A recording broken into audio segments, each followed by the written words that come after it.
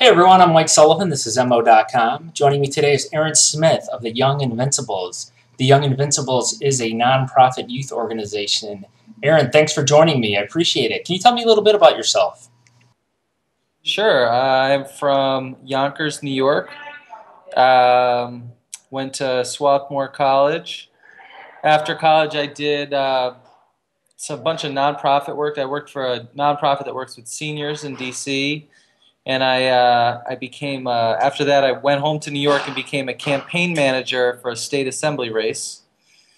And finally, after all that, I went to law school at Georgetown Law School, and that is where Young Invincibles got started. It was basically founded by a group of friends. Most of us were law students at Georgetown, and basically founded this group out of the cafeteria of our school. We've been doing it ever since. What is Young Invincibles? What is the group and what's your focus? It's a national advocacy youth group that focuses on finding ways to expand opportunity for young Americans 18 to 34. So we do that through policy and advocacy on legislation or regulations that impact young people, whether it's on healthcare or student debt.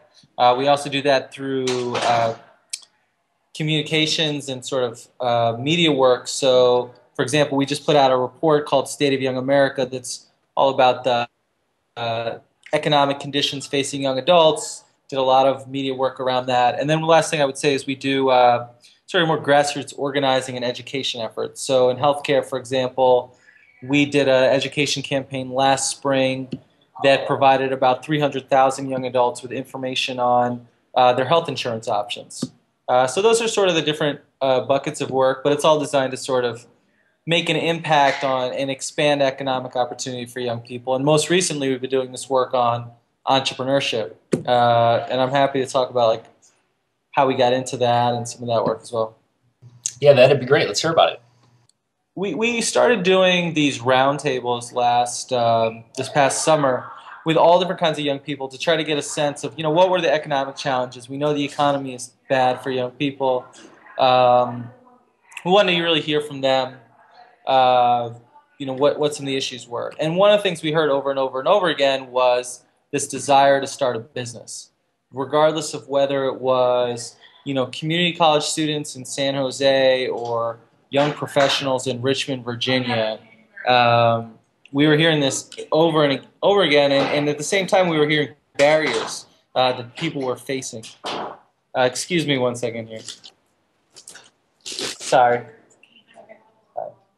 So we were seeing these barriers that people were facing to getting started, and it made us think about are there things that we can do from a policy perspective to actually reduce some of those barriers and make it easier for young people to get started. And I'm not just talking about your next Facebook or tech startup. I'm talking about the kid who wants to start a construction company or a pizza parlor in his neighborhood, but doesn't know how to get started or can't get the loan to get started or has too much debt.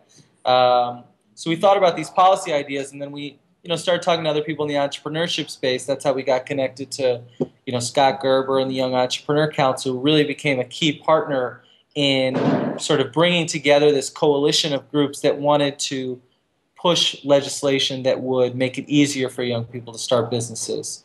And today we actually did a big press conference with about 7 members of Congress. It was bipartisan, which is very rare. And it was all about this idea of how can we support legislation that can make it easier for young people to start a business. What type of impact has the organization made so far? So we had this congressman introduce a bill that we worked with him on. Obviously, that's the first step in passing any kind of legislation is you need a bill.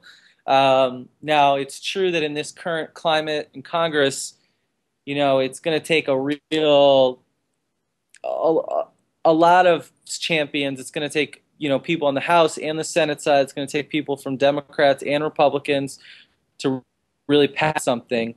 And I think we've still got a lot of work to do. But for example, today we were talking to Senator Landrieu, who is a senator from New Orleans, who is the head of the Senate Small Business Committee. So really the committee in the Senate that deals exactly with these issues of entrepreneurship. And she basically told us, we want to do a bill that addresses young entrepreneurs. We want to work with you to do this bill. So, I mean, that's in a few months, that's a huge progress. I think the real challenge is going to be crafting the bill in a way that's both, really big and can have an impact, and also can attract bipartisan support. And that's going to be key for getting it passed, obviously. And the good thing about today was that, this press conference, there were 100 young entrepreneurs there. There were, two Republicans who came and were supportive of entrepreneurship. So I think it was a good step forward for us, because now we have some people that we can talk to sort of start to build our coalition.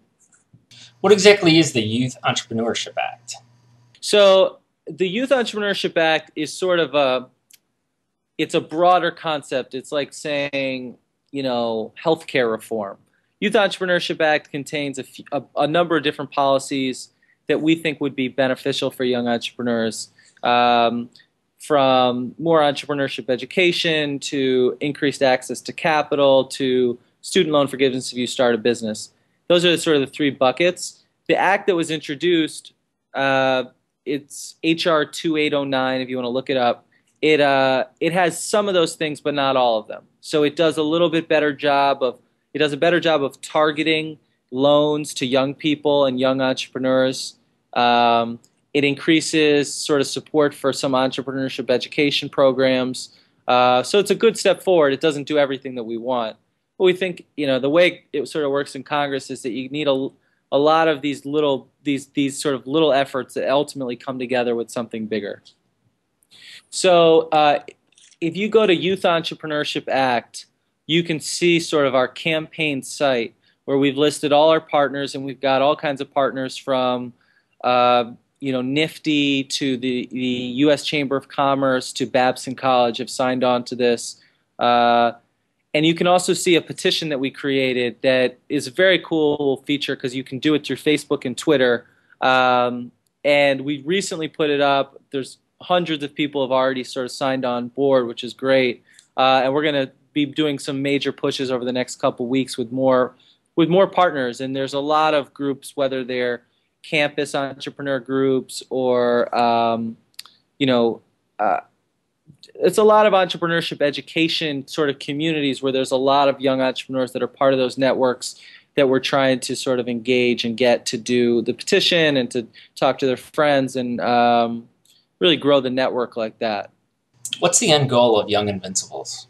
Well, I think you can always do more. I think the big first step for us would be to pass legislation through Congress to get it signed by President Obama that makes a material difference for young people who want to start a business.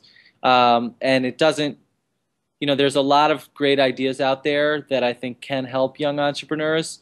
But we want to, we think there's a real urgency. And so I think actually passing a bill like that would, first of all, be meaningful, but it would also send a pretty good signal that actually young entrepreneurs have a lot of power that they could exercise in Washington.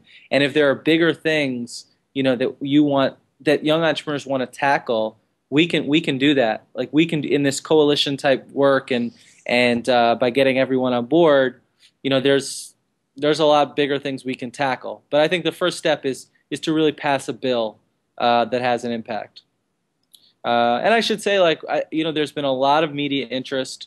That always helps. So if you go on Youth Entrepreneurship Act, you can see, this was covered by MTV, by Mashable. I believe MSNBC wrote a story. It's gotten a lot of play because I think, right, in the climate we're in right now, everyone's looking for ways to create jobs. And, you got this population of young people who are entrepreneurial and innovative and willing to take risks. So if that's a way to create jobs, I think there's going to be a lot of interest.